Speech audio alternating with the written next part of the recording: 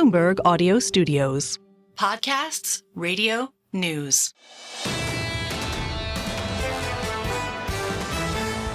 This is the Bloomberg Surveillance Podcast. Catch us live weekdays at 7 a.m. Eastern on Apple CarPlay or Android Auto with the Bloomberg Business app.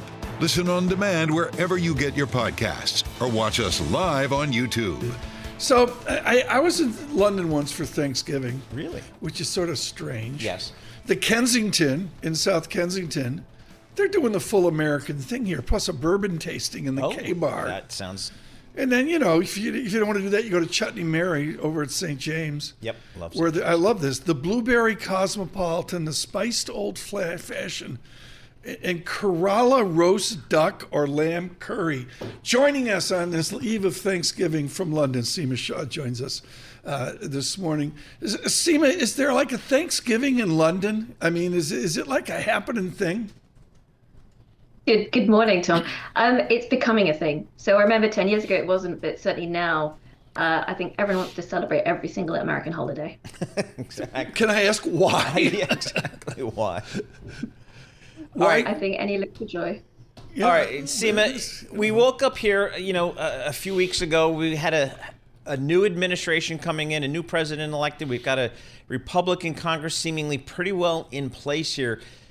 Did that change the way you over in London and the principal global investors looked at the market broadly? Actually, it didn't. And I think this is not so surprising in a way that it didn't, because what we were thinking ahead of the election, and typically what you see through history, is that one, it doesn't really change the narrative too much, but specifically in this election, what you did see, it reinforced a narrative that was already in play, in that of US exceptionalism. And I think the news that we've had since the election results were announced, it has simply exaggerated and exacerbated that idea of US exceptionalism, where the rest of the world starts to struggle, but the US really does prosper. Seema, are we creating a wall of worry? The cardinal rule is you don't go up unless there's a lot to worry about. It seems like there's a lot to worry about, transition in politics and even in the investment world as well. Do you see a healthy wall of worry that can drive us higher? I mean, I think that there are certainly worries. I think there's a lot of reassurances there as well, though. If I think about fundamentals, which is really what's going to drive the market, at least going into 2025, we know that the economy is looking really, really sturdy. Earnings growth is strong. The worries that are out there also do have the potential to hit some of the fundamentals. So the tariffs could, of course, have an impact, but really primarily on the other countries, not so much on the US. And then the other thing that we need to watch for, which does have, I think, a considerable risk ahead for risk assets, is going to be what happens to inflation. And of course, that is also related back into this policy proposal. Paul, at 8:30, the second look at September 30 ending GDP survey on 2.8%. Looking for that one more time here, 2.8%. Exactly. That'll be coming at 8:30, Tom. Seema, what do you think this U.S. Federal Reserve is going to do in December and heading into 2025? Because, boy, the economic data coming out of the U.S. seems, I guess, pretty darn solid.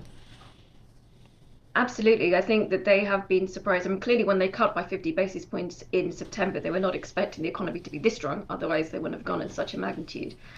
We are expecting there to be another cut in December, though.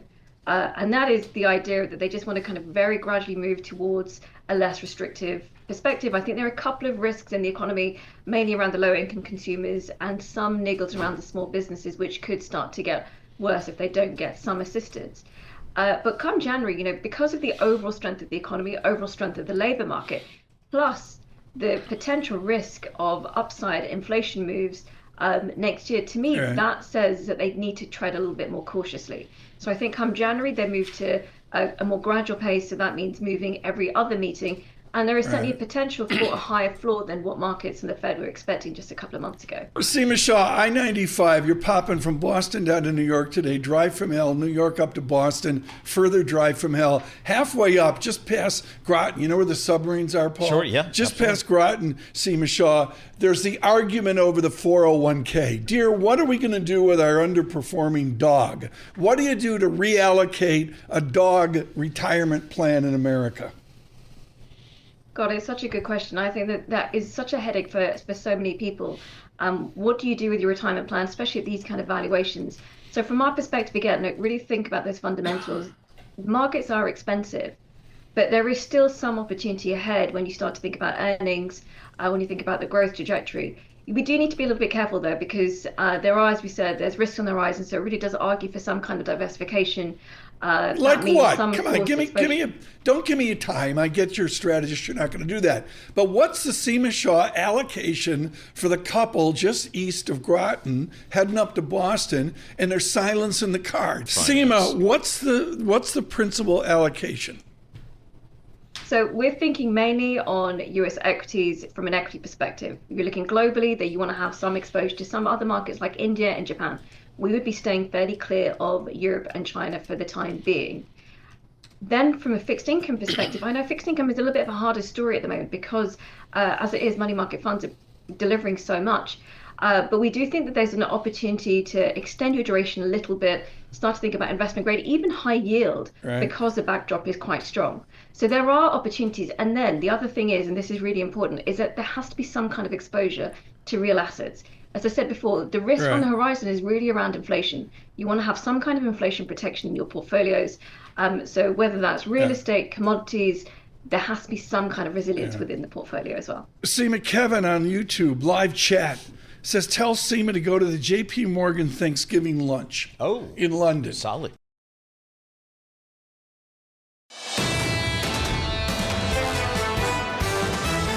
You're listening to the Bloomberg Surveillance Podcast. Catch us live weekday afternoons from 7 to 10 a.m. Eastern. Listen on Apple CarPlay and Android Auto with the Bloomberg Business app. Or watch us live on YouTube. I was talking with their booking team, and I said, look, we got to get Bremmer in. Ian Bremmer and Eurasia Group, of course, with their top 10 risks for 2025. They're putting that together right now. But really, we wanted to get an ample, commercial-free conversation with Dr. Bremmer, and we do that this morning. It's our gift to you across this nation. Ian, I go back to your books, and I know you put one of your older books out on social media the other day of the tumult of 2024.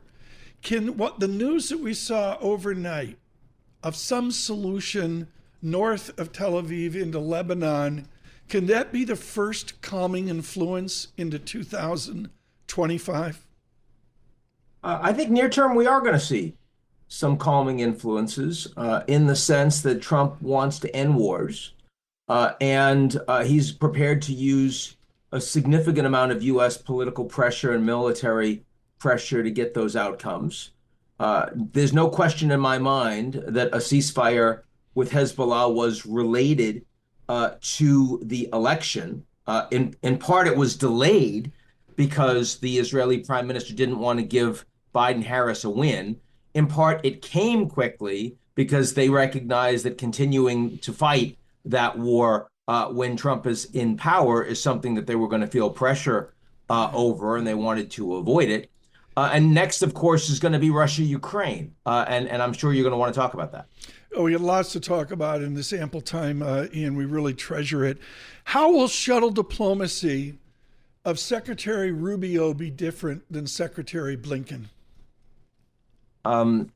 It'll be less frequent. Rubio's top priority from an experience perspective, and also in terms of the lane that he gets to occupy by himself, will be Latin America. It'll be Cuba. It'll be Venezuela. It'll be Mexico. More broadly, the region. I think he'll be credible there. And by the way, I think he'll probably also appoint bipartisan congressional delegations, Senate delegations, and send them to some of these countries and others, which is something that hadn't gone as quickly as I would have liked under Biden. But on the Middle East, we're following what has been the most pro-Israel government in the world, the Biden administration, with what will be an even more pro-Israel government under Trump, by far the most pro-Israel government in U.S. history. And that clearly is going to have an impact on Israeli settlements and annexation in the West Bank. It'll have an impact on the future of Gaza, and it will continue to put a hell of a lot of pressure on Iran. So I wouldn't look to Rubio to be the person that's going to lead that diplomatically, if simply because Trump's best relations in the world, and you'll remember, Tom, the first trip he took as president in 2017 was to Saudi Arabia and then to Israel, very unusually for a U.S. president. It wouldn't surprise me at all if the first trip he makes this time around is also to the Middle East. So, Ian, does this ceasefire agreement with Hezbollah, does that bode well for potential ceasefire with Hamas? What are the relations, if any?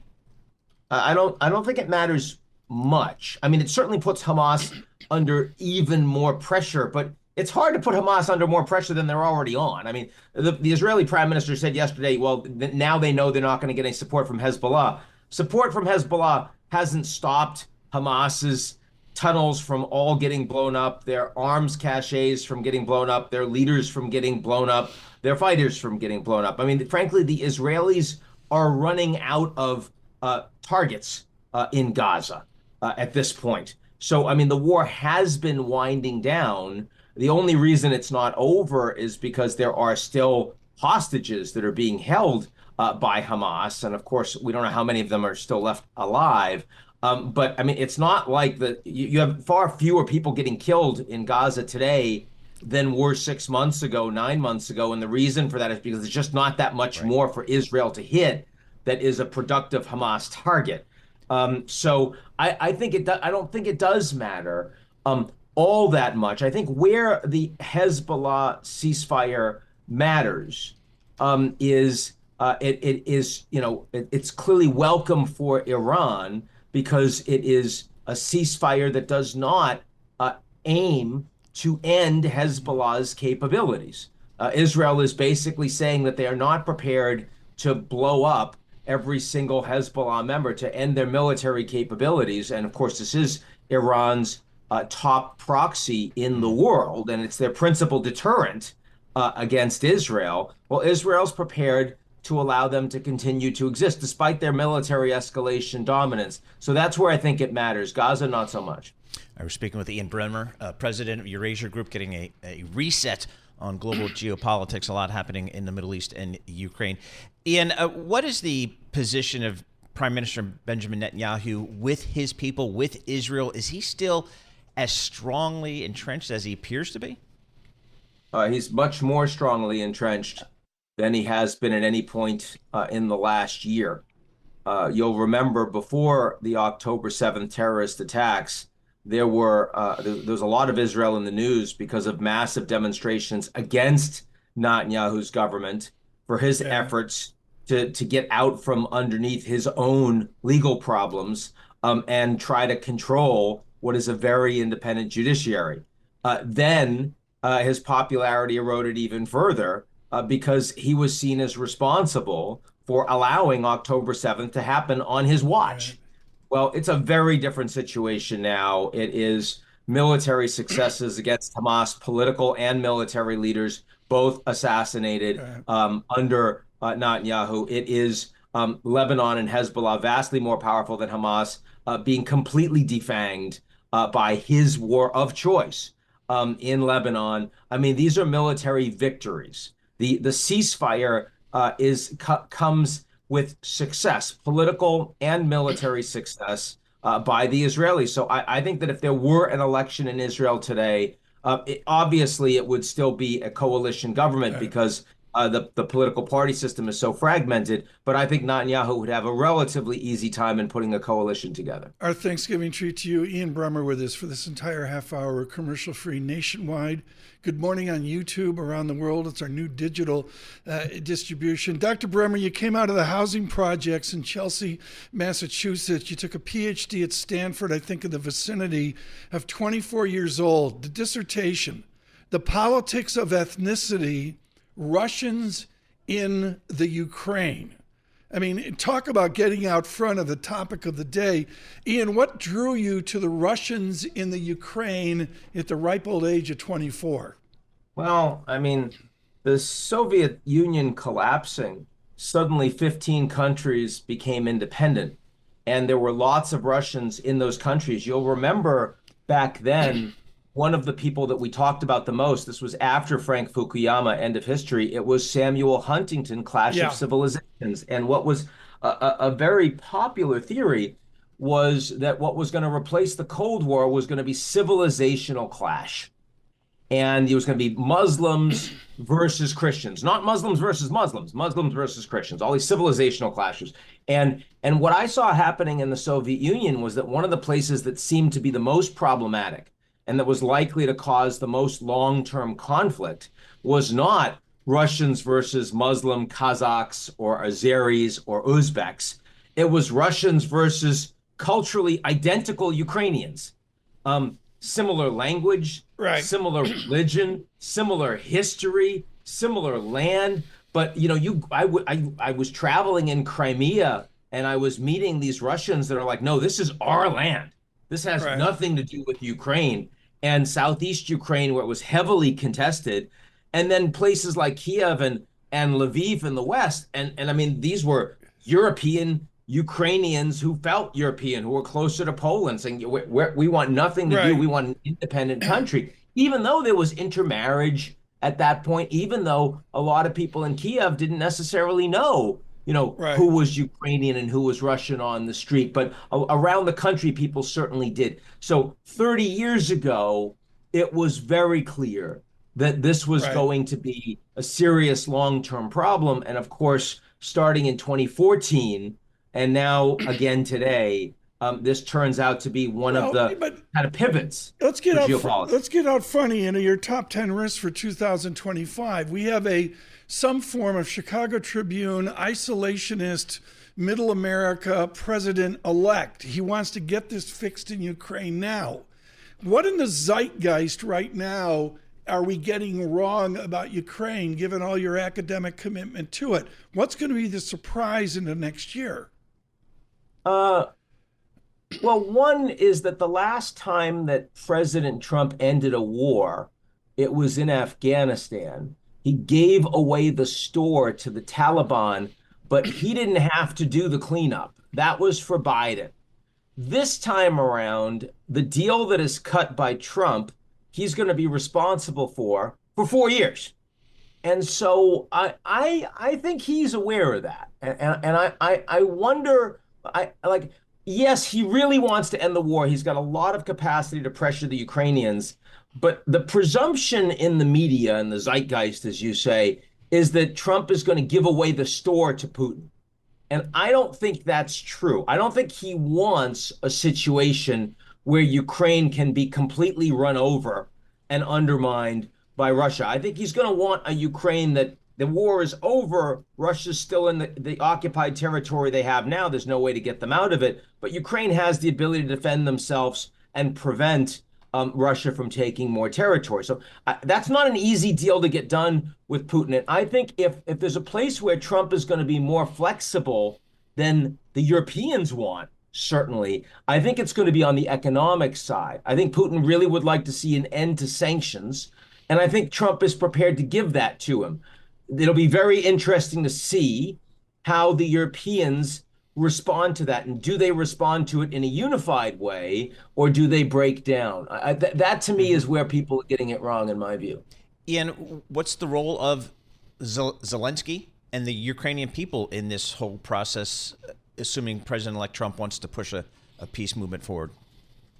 Look, they recognize that they need to end this war. They're losing much more territory in the last week than they've lost in any week since the beginning of the war. And I expect that to continue. The Russians are going to press this for the next couple of months until Trump becomes president. And the Ukrainian position is likely to look a lot worse when inauguration hits than it does right now. So, I mean, yeah, you've got the permissioning to use long-range missiles. That doesn't help them strategically on the ground, particularly. That's why Biden dragged his feet on it to begin with, because it wasn't going to matter very much. So, look, Zelensky, frankly, needs an excuse to stop the bleeding. And it is, ending the war is more popular now in Ukraine than it was a year ago, 2 years ago. But he can't be seen as losing his country. So again, a lot of this has to do with what Trump and his team is going to come in and say. And, you know, the Trump Advisory Group, the cabinet coming in, let's leave aside Tulsi Gabbard, who is an outlier, but wouldn't be seen in this position as driving the outcomes, you know, is going to be pretty hawkish in support of Ukraine. So I think there's still a great deal to watch here. I don't think I don't think this is giving away the store and undermining Zelensky completely. Right. Ian Bremmer with us. Just thrilled to have him on here for almost a whole half hour. We're commercial free through the economic data, churn to the market, the Sweeney yield 4.21%, the 2-year yield in 5 basis points. I look at the 10-year real yield, that's in 5 basis points, 1.97%. I want to go back to a book, Ian, that you featured the other day, Us Versus Them, The Failure of Globalism. You steal a line from Raghu Rajan out at Booth. You go, the fault lines is chapter 3 of Us Versus Them. Where's the fault line right now in our trade policy forward? Lighthizer not on board, but I guess we have a new trade policy. Witnessed the news the other day. Where is the unknown fault line we need to pay attention to? Well, there are two, as you note from Trump's first efforts at making policy as president-elect. You've got the ally fault line where he expects, deals, and then you've got the adversary fault line where he expects deals, and Trump doesn't necessarily treat them as all that different. I mean, it was less than an hour between him posting that there's going to be new tariffs against Mexico and Canada unless they give him satisfaction, and when he said the same thing about China, unless the Chinese provide satisfaction. So those are two very, very different fault lines. Yeah, but to me, Paul, this is really important. Dr. Bremmer, to me, what's so simplistic here, China, us versus them, Canada, us versus them. Goldman Sachs, I believe it was, and thank you, Zero Hedge, had a brilliant note out on what about Vietnam? I mean, Ian, are we amateur and naive that we don't understand how complex this debate is? Are we, or is Trump? I think all of us within our discussion is just so easy to be transactional and to be bipartisan, where it's still a multilateral world. Am I wrong? I think it's important to react to the policymakers that are driving policy. And Trump is already occupying that role. And he chose to go after Canada, Mexico, and China. And he does not see tariffs through a uniquely economic lens. He sees tariffs as the principal tool by which the United States gets outcomes that it wants in foreign policy. I mean, in his first administration, it is true that he used tariffs to try to make America great again in places like steel, right? And he also used it to try to get the Japanese and South Koreans to pay more for their defense vis-a-vis the United States. He used it in Mexico to talk about immigration. In his post the other day, he was talking about fentanyl, and it wouldn't surprise me if those posts came right on the back of Trump watching some Fox News segment showing how horrible fentanyl is in the United States. And he's like, I got to do something about that. I'm going to go and hit the Mexicans and the Canadians and the Chinese. So it's not as if Trump is using tariffs purely to redress economic problems, although clearly he does care about trade deficits. It's far, far broader than that. Right. Yeah. Get one more in here, Paul. Ian, we're starting to see this cabinet kind of shake out here. From your perspective, the way you view the world, is there anything that kind of jumps out at you, either positive or negative? Getz jumped out at me as uniquely negative. There were a solid 7 hard no's among Republican senators to get him out. And what I thought was interesting was that Trump allowed him to be thrown under the bus immediately, didn't put up a fight. It's the amazing thing about Trump is that when he decides that he's no longer interested, it's gone. It's gone. He doesn't dwell on losses. He you'll never hear about it again, right? I thought it was also interesting, something that didn't happen. Howard Lutnick, who Elon Musk was pushing internally, and there were leaks against that from Trump's advisors, and then he pushed publicly, and within 48 hours, Lutnick didn't get Treasury. So that was interesting, right? I mean, this is, in other words, and I haven't seen J.D. Vance have much influence at all in terms of appointees. Yeah. So Trump is making these decisions. The Getz decision was made initially without Trump's chief of staff even knowing about it, Susie Wiles. So, I mean, this isn't maybe what you were asking, but I mean, I'm pointing to a whole bunch of things that didn't happen where I think we're getting information. Certainly there are still outliers in terms of people that really they shouldn't be in the positions that they're in. Telsey's one. I mean, Dr. Oz, for Christ's sake, RFK Jr., Pete Hegseth. But these are not authoritarians. And frankly, these are not people who I see as strategically or even structurally corrupt. They're just people that are fundamentally incompetent and unfit for the jobs. And there aren't that many of them. Most of the people that he's appointing are people that I would consider to be at least marginally capable. And some of them, like Mike Waltz and Marco Rubio, are strongly capable. So, it's at least a B- for cabinet so far. I need an A+, Ian. I need you to do the 20 top risks for 2025. Get to work. There seem to be some top risks out there. Ian Bremmer with us. What a great way to start the holiday season. Dr. Bremmer, of course, at Eurasia Group. Can't say enough about his books. One out a couple years ago. We got to look for the next book to come out as well. This is the Bloomberg Surveillance Podcast. Listen live each weekday starting at 7 a.m. Eastern on Apple CarPlay and Android Auto with the Bloomberg Business app. You can also listen live on Amazon Alexa from our flagship New York station. Just say, Alexa, play Bloomberg 1130. He shows up from Kase Capital Management. I guess we should talk to Whitney Tilson about private equity, private this, that, investment, global macro. Except he's changed the script. Whitney Tilson is decided to run for mayor, as John Tucker just mentioned. It is a crowded field as well. He will run as a Democrat in this New York City. Whitney, you've climbed the Matterhorn. It's not K2, the East Face, but you're Mr. Mountain Climber. I've looked from Zermatt over at the Matterhorn and going, you got to be kidding me. This mayor's race is going to be tougher than the Matterhorn, tougher than anything you've done. You've climbed. How are you going to find a distinctive voice on the worry of crime in New York City and, quite frankly, across this nation? I'm speaking more broadly just about a distinctive voice, not just on crime, but there is no business person in the field. In fact, you said it's a crowded field, and I don't know, I guess a half dozen people sounds crowded, but I'm the only person who's not a career politician in the field.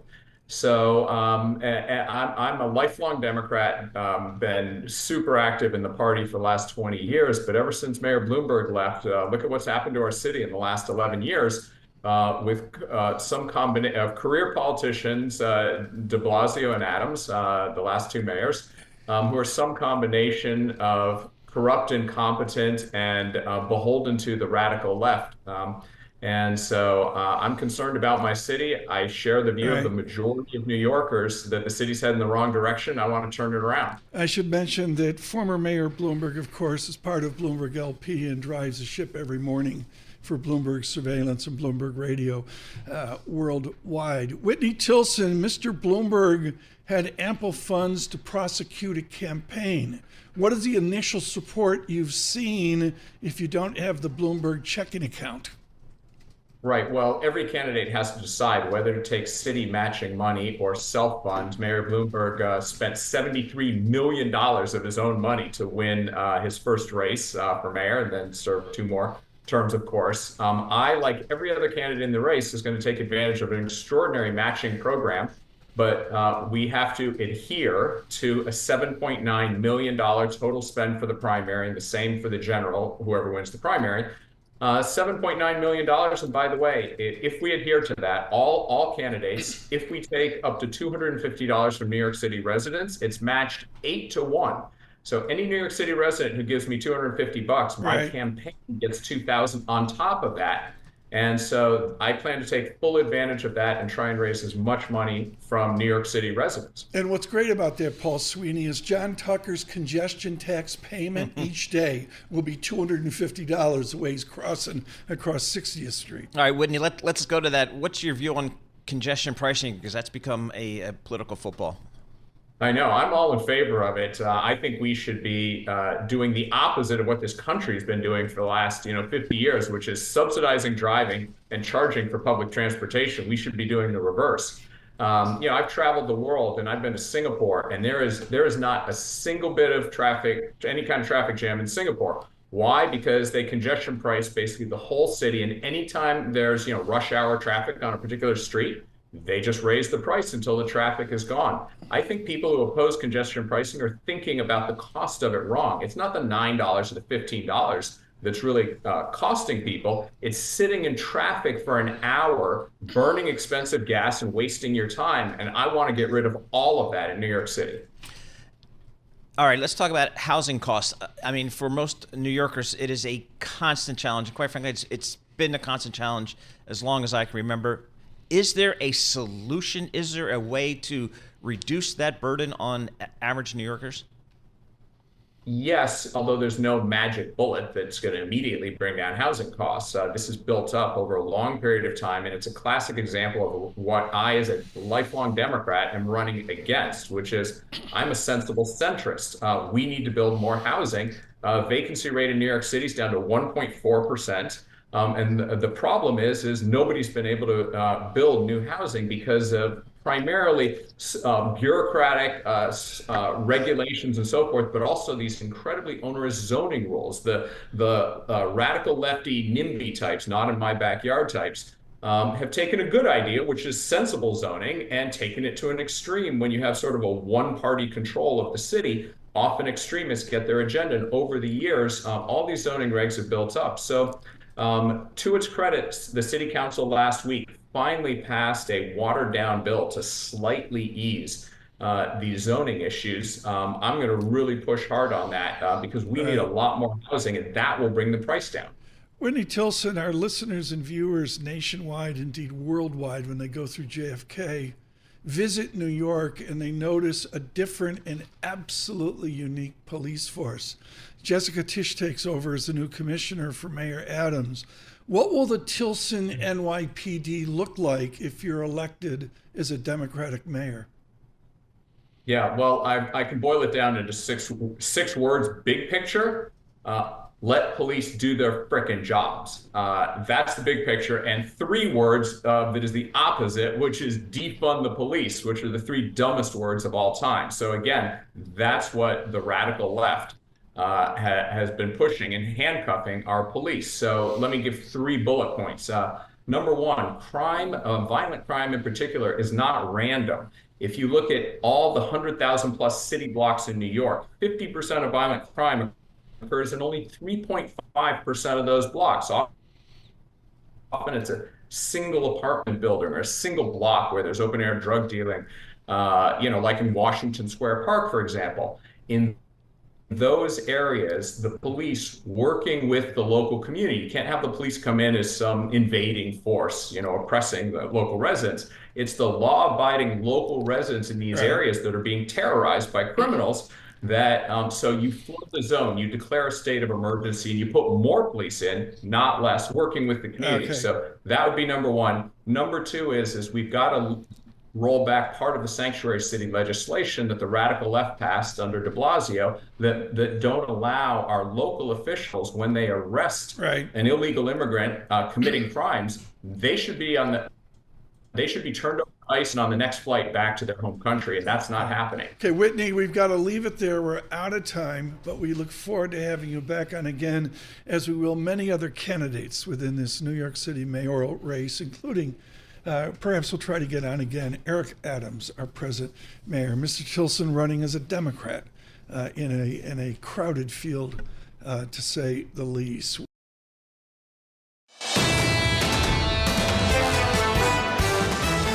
This is the Bloomberg Surveillance Podcast. Listen live each weekday starting at 7 a.m. Eastern on Apple CarPlay and Android Auto with the Bloomberg Business app. You can also watch us live every weekday on YouTube and always on the Bloomberg Terminal. What a joy and honor to have Dana Telsey in studio right now here as we slide into the holiday season. She lived the fabric of retail New York City. The other day, Milan, Dana Telsey, I guess is bigger now than Fifth Avenue, but there's still Fifth Avenue dominant. On Fifth Avenue, Louis Vuitton is blowing up the building. What are they going to build? What is the Arnault family going to build at 57th Street and Fifth Avenue. Well, it's going to be amazing. And Tom, thank you so much for having me today. It's a pleasure to be here. But let's talk about and show people what they're doing on Fifth Avenue. Trunks that go up 7 stories tall as they capture the building so that they tear it down and build it up again. It's a 7-year build. And across the street, they have the Louis Vuitton store in the former Tiffany temporary store where also. Tiffany was, So it's going to be, what I hear, office, and it's going to be an amazing retail store. When you think about what opened in Paris, it feels like that's going to be New York.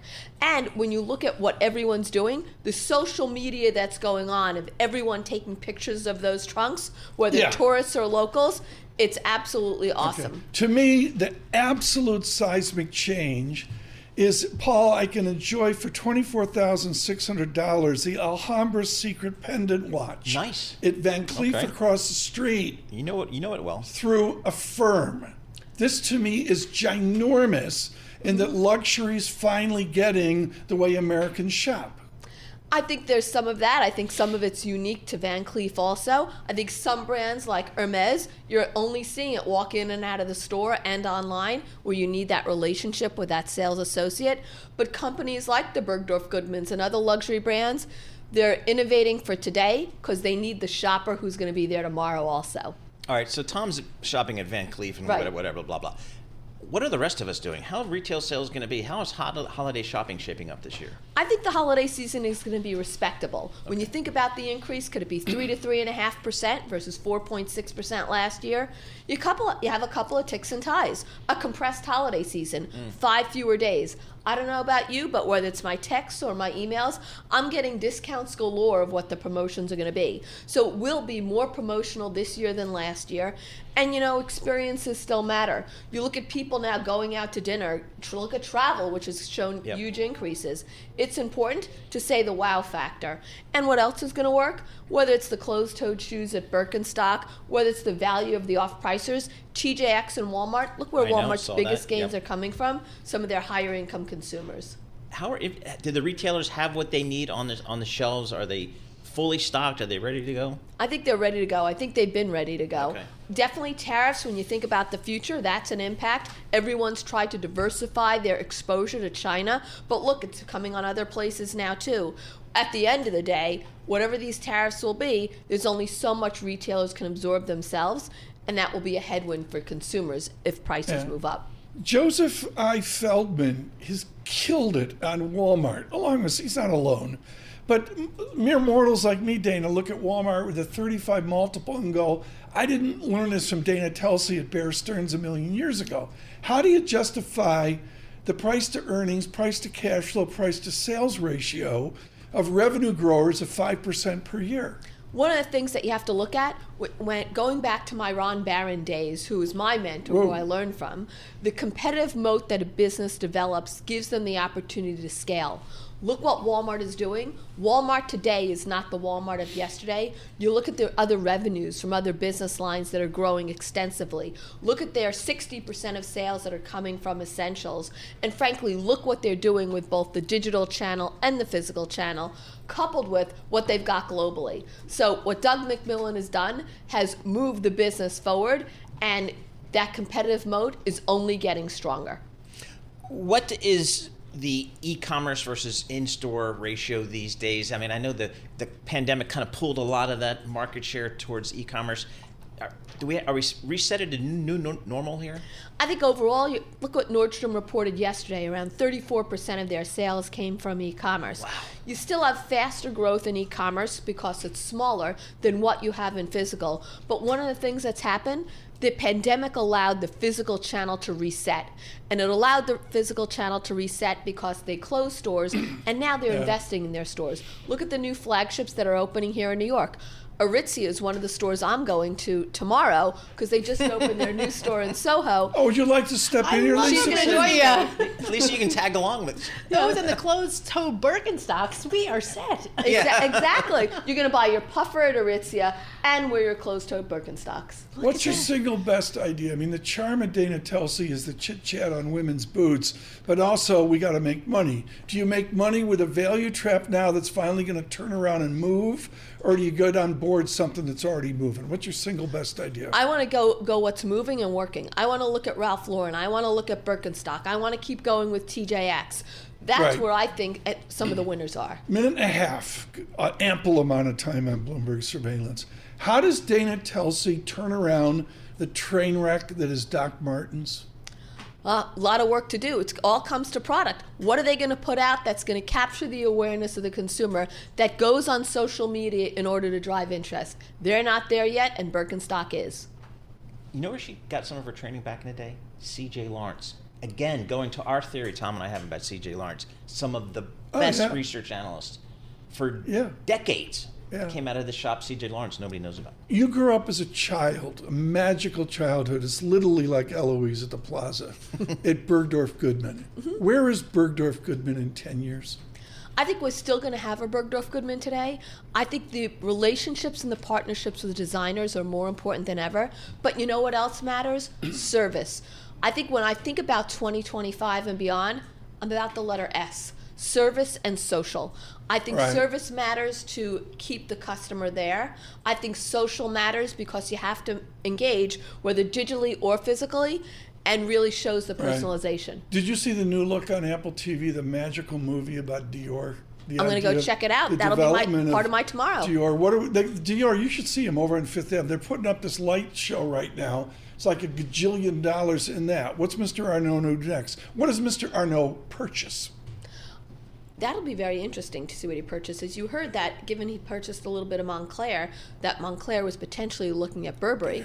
And I would have thought Mr. Arnault would purchase Bergdorf because I think that would allow him to have all four corners of 57th Street. Oh. Can you? She brings the conversation at a bar to a complete halt. I'm telling Dana you. Telsey, honored to have you in here. The Honored Wednesday to be here. before Thanksgiving. She's iconic, of course. The Telsey Advisory Group, and it's not just Dana, Joe Feldman writing her as well. Big box all the way over to a firm at the luxury provider of your choice. This is the Bloomberg Surveillance Podcast, available on Apple, Spotify, and anywhere else you get your podcasts. Listen live each weekday 7 to 10 a.m. Eastern on Bloomberg.com, the iHeartRadio app, TuneIn, and the Bloomberg Business app. You can also watch us live every weekday on YouTube and always on the Bloomberg Terminal.